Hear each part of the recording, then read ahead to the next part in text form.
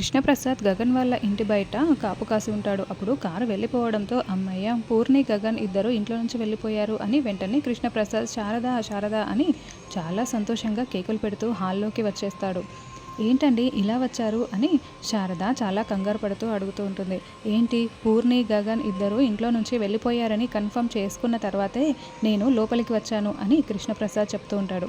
అయ్యో లేదండి, వాడు ఇంకా వెళ్ళలేదు, ఇంట్లోనే ఉన్నాడండి, మిమ్మల్ని చూస్తే చాలా ప్రాబ్లం అయిపోతుంది, వెళ్ళండి అని శారద బ్రతిలాడుతూ ఉంటుంది. చూడు, గగన్ వెళ్ళిపోయాడు, పూర్ణి కూడా వెళ్ళిపోయింది. ఇప్పుడు నాకు చాలా బాగా తెలుసు, నువ్వు నాకు అబద్ధాలు చెప్తున్నావు, నీ మాటలు నేను నమ్మను కాక నమ్మను. ఇప్పుడు నాకు కాఫీ కావాలి, వాడు ఇంట్లో ఉన్నాడని నువ్వు అబద్ధం చెప్పి కాఫీ ఇవ్వకుండా తప్పించుకుందాం అనుకుంటున్నట్లున్నావు. అదంతా కుదరదు, నువ్వు కాఫీ ఇవ్వకపోతే నేనే నా కాఫీ పెట్టుకొని తాగేసే వెళ్తాను అని కేపీ కిచెన్లోకి వెళ్ళి కాఫీ పెట్టుకుంటూ ఉంటాడు.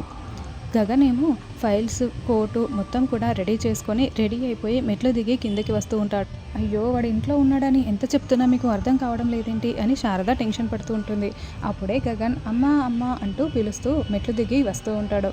పాలు పోస్తున్న కృష్ణప్రసాద్ ఒక్కసారిగా గిన్నెని కింద పడేసి ఏంటి, వాడు ఇంట్లోనే ఉన్నాడా అని చాలా షాకింగ్గా టెన్షన్ పడుతూ అడుగుతూ ఉంటాడు. ఇందాకటి నుంచి నేను చెప్తున్నది అదే కదండి అని శారద అంటూ ఉంటుంది. అయ్యో, ఇప్పుడు ఏం చేయాలి అని కేపీ టెన్షన్ పడుతూ ఉంటే కేపీని దాచిపెట్టడానికి శారద ట్రై చేస్తూ ఉంటుంది. అప్పుడే గగన్ చాలా సీరియస్గా షాకింగ్గా చూస్తూ ఉంటాడు. కృష్ణప్రసాద్ ఉన్న వైపు కాకుండా ఇంకో వైపు చూస్తాడు. అక్కడ భూమి ఉంటుంది. భూమి గగన్తో మాట్లాడడానికి వచ్చినట్టుగా చూపిస్తూ ఉంటారు.